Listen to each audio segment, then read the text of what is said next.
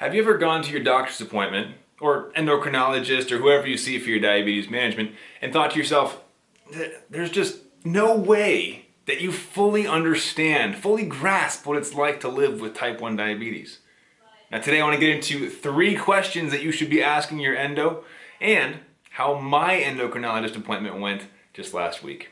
Let's get into our theme song. I've spent the last 10 years pushing the limits while identifying trends and patterns in my type 1 diabetes management. Follow along as I learn, apply, and share the fitness, nutrition, and lifestyle strategies that I've learned from diabetes experts around the world. The real question is, how can we live fearlessly with diabetes while maintaining stable blood sugars? This podcast is here to give you the answer. My name is Matt Vandervecht, head coach and co-founder of FTF Warrior, and welcome to Pardon My Pancreas. All right, so last week we made the road trip down to San Diego for us. That's about 2.5 to 3 hours of driving. Not ideal, but not terrible. But when you consider it's just to see my endocrinologist, it gets a little bit more frustrating, right? Now, I've probably made some complaints in the past about endocrinologists, about doctors that you might be familiar with, but I want to assure you this is not the same endo that I used to see. She is fantastic. There are a few good endos, few good doctors out there, absolutely. And that is why I still drive 3 hours to this day to get to my endocrinologist appointments, because I don't want to lose her.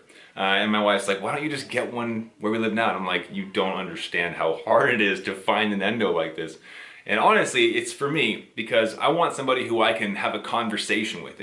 And this is not to brag at all, but it's very rare that I come across somebody as curious about type 1 diabetes, about metabolic disorders and different paths that we can take within diabetes study than myself. You know, there's just not very many people out there that I can have that conversation with because my brain is wired in such an analytical way.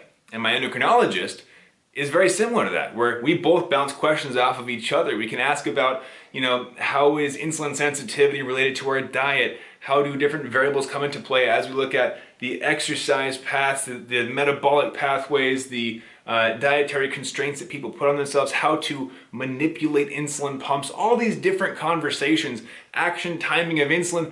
It's so much fun for me, which I know makes me sound a little bit insane, but I don't want to lose that. So I've held on to this endocrinologist for years now, even though I've moved many times. And when you find a good endo, you hold on to them. You do whatever it takes to keep them. But today I want to talk to you about 3 questions that I ask my endo, and you should be asking yours as well. Now, in my endocrinologist appointment, she kind of flipped through my paperwork real quick. We downloaded my pump, my CGM. She glanced over the first page, set all of the pages down since our last visit, which honestly I can't remember when our last visit was, and said, I don't have to look at your paperwork. You're one of my best patients. And how's life?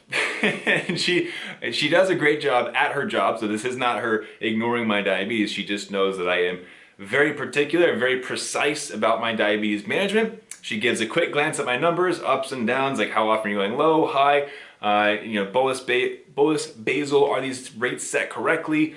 And she knows they are, and she's like, look, everything looks great. You're incredible. So what else? We talk about like, oh, what's new in our lives? And, oh, we moved, and have a conversation, and it inevitably gets into a conversation about diabetes. And of course it does, right? But not necessarily about my diabetes, but about diabetes in general. What studies are on the cusp of developing new studies and new research opportunities and new strategies for diabetes, new technology. We talked about new pumps versus new insulin versus new delivery methods, and it was wonderful having these conversations with her and diving deeper into diabetes as a whole and not just how it affects me, right?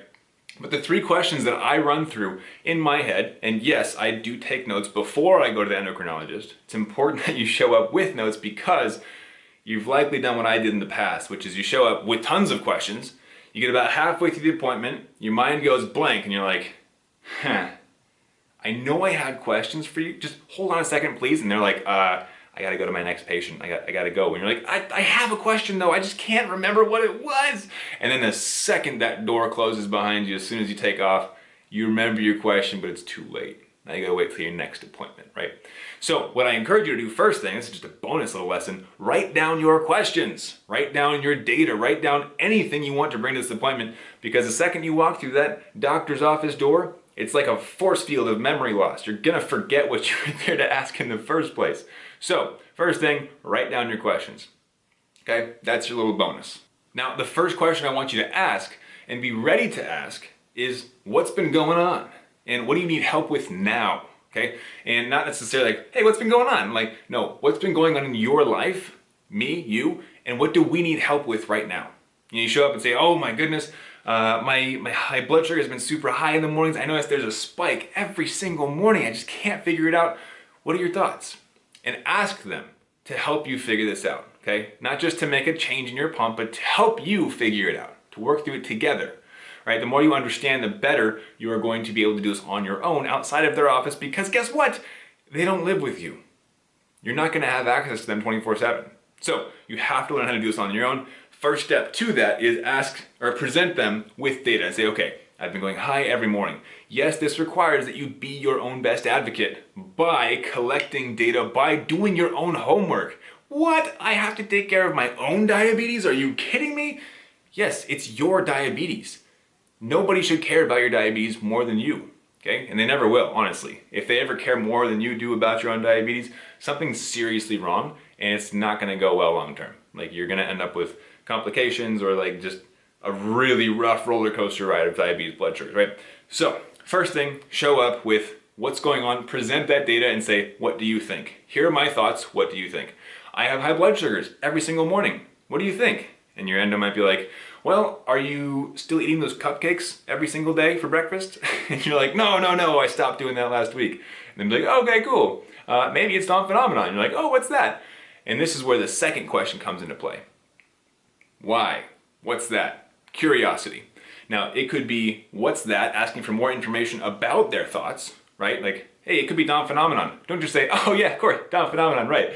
And then walk away not knowing what that is. You need to know what they're talking about. If what they're saying sounds like a foreign language to you, it's not gonna help, because you're not gonna know what to do or what to research or what to implement into your lives. Now, if they give you an idea, oh, it's probably Down phenomenon, that is, when your blood sugars rise due to a liver dump in the mornings and glucose causes a blood sugar rise. Oh, cool, that makes sense. And he goes, so what we're gonna do is we're gonna change your basal rates before you wake up at XYZ time by this percentage. Cool? And that's where you gotta go, no, not cool. Why? Ask why, be curious. Ask why are we making those changes? And if you have a good endo doctor, whatever you see, and if they have time, of course, sometimes they're rushed, unfortunately. Sometimes you got 10 minutes. But if they have time, say why? Why are we doing that?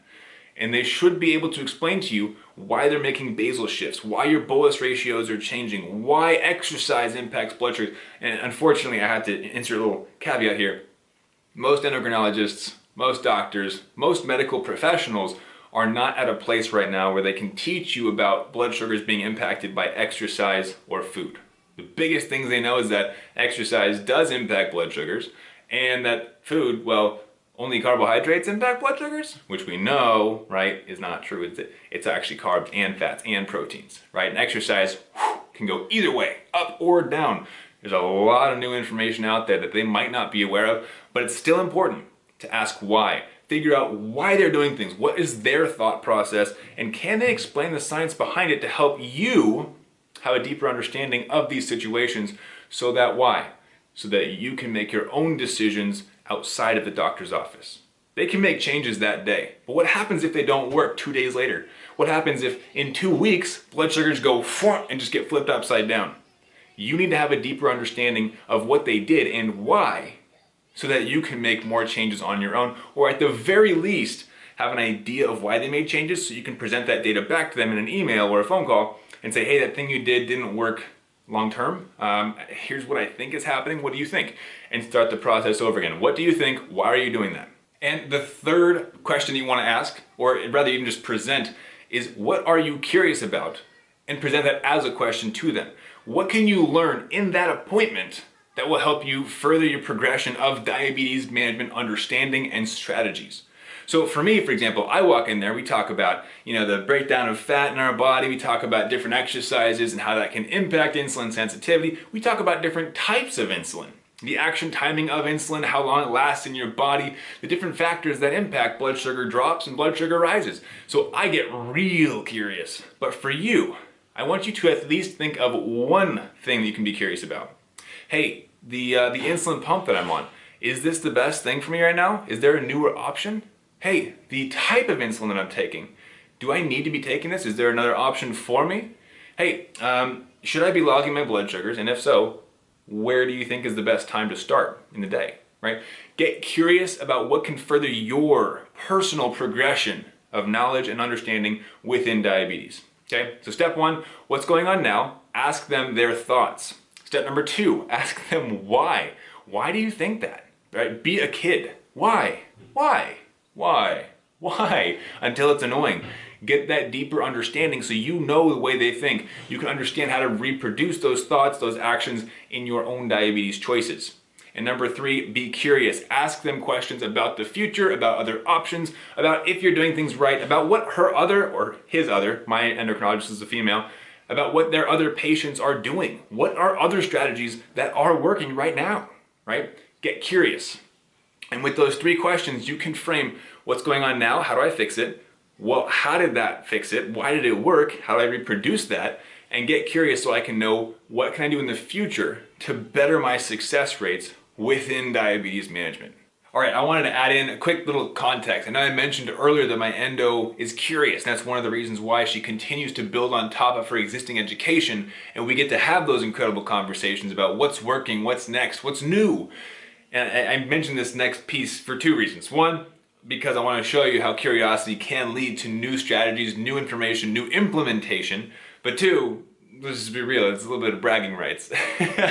So my endocrinologist actually asked me for my input on one of her patients. And she didn't give me any names or like exact situations because obviously that's illegal, right? HIPAA.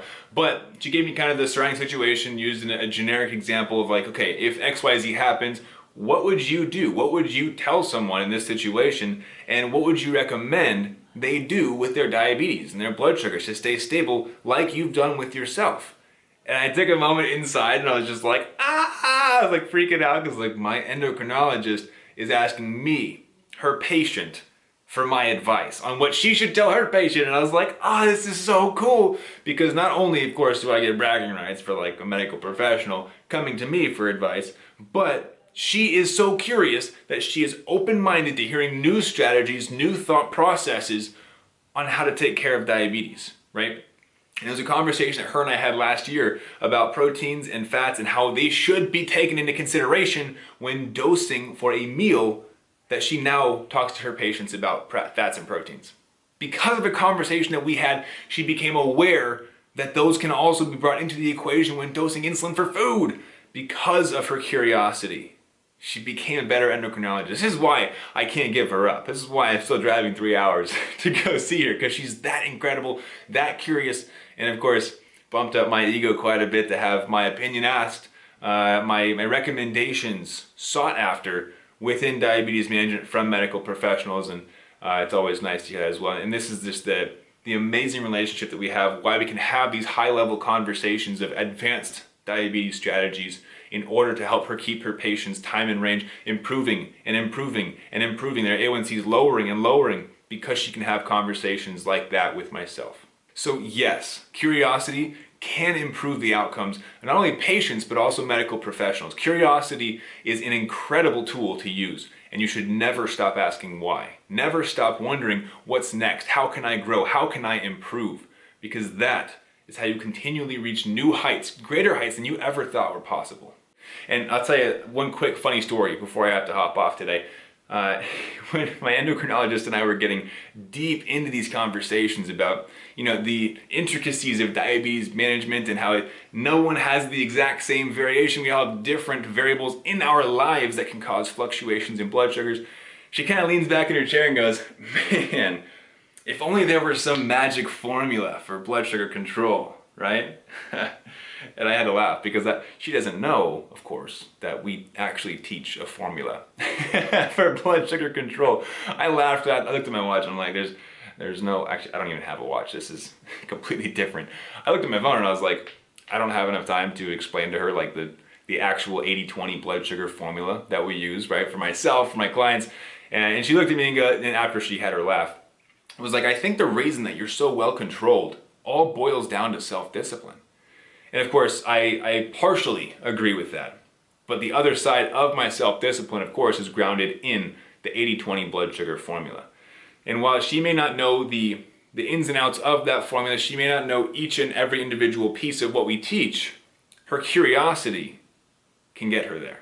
Just like your curiosity can get you to better blood sugar management, a deeper understanding of why blood sugars are going all over the place, different times of day, night, surrounding activities or food or stressors or family or whatever it is.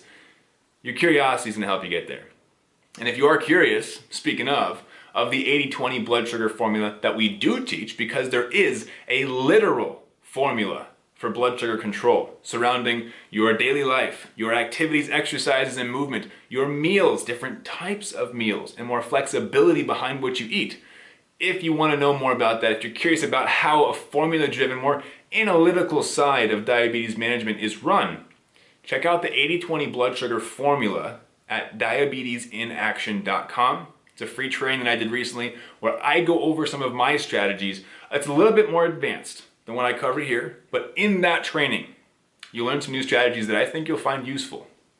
So go check it out, diabetesinaction.com. Remember, bring those 3 questions to your endo, okay? Be curious. Take the initiative to take your life back with diabetes. And I'll see you over at the training at diabetesinaction.com. Have an amazing day and keep up the fight.